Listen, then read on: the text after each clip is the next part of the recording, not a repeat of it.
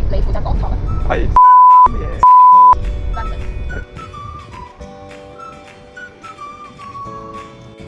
Mother tongue is my second language.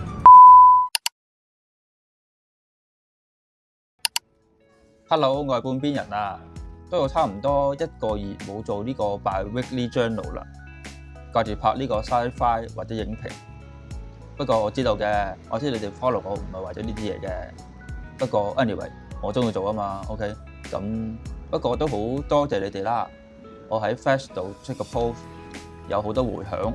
我估唔到香港人都係咁有心，真係多謝晒。咁今日我哋去邊度呢？不過喺開始之前，如果你唔介意嘅話，請你 like 同埋 subscribe 呢個 channel， 等我有動力可以製作同類型或者不同類型嘅影片。今日我哋搭火車做咩？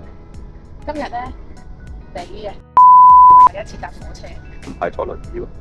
係喎，坐輪椅搭過一次，跟住今次你負責講堂啊？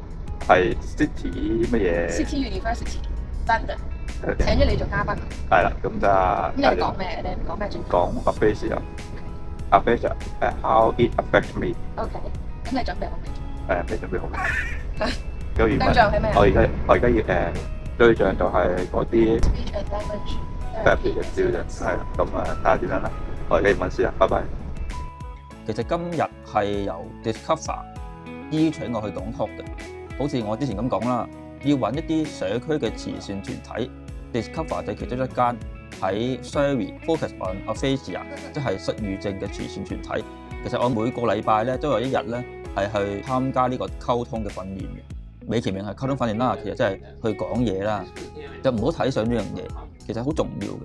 因為如果你有失語症，而你嘅母語又唔係英文嘅話咧，喺日常溝通上邊咧係同人溝通唔到嘅。而 Discover 咧就係俾咗呢個空間你講嘢，佢哋有言語治療師啦，有無盡嘅耐性啦，可以等你慢慢學講嘢，慢慢進步。夠站啦！我真係好耐都冇嚟過 Waterloo 啦，原來個梯級咧係咁闊嘅。都係隨時都會跌落去。嚟到 University 啦，我叫佢做城市大學啦。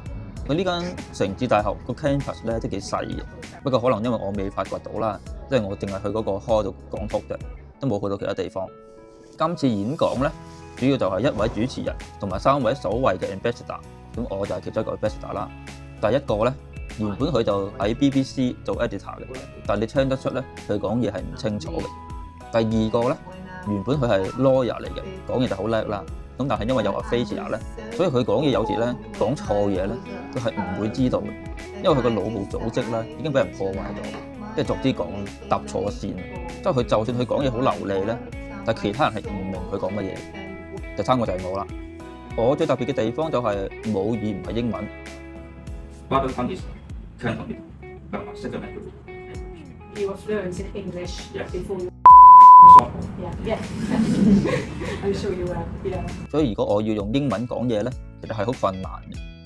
It is horrible because my partners at that time had back to Hong Kong for travel, so just me all on my own.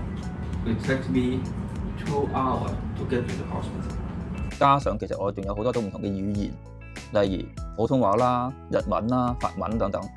Before 我患病之前咧，我係講到嘅，但係而家已經完全唔記得晒咯。咁又講完啦，嚟到倫敦就梗係食啲嘢先走啦，食嘢就唔影啦，下次先啦。完成 talk 啦喎，你覺得點？都幾好嘅，起碼以前就自己成日講錯嘅，咁而家一流咗都起碼可以試一次先啦，都唔錯嘅。你覺得啲學生點？學生就比我想象中嘅粗話咯，係幾好嘅。問啲問題 OK。都好嘅。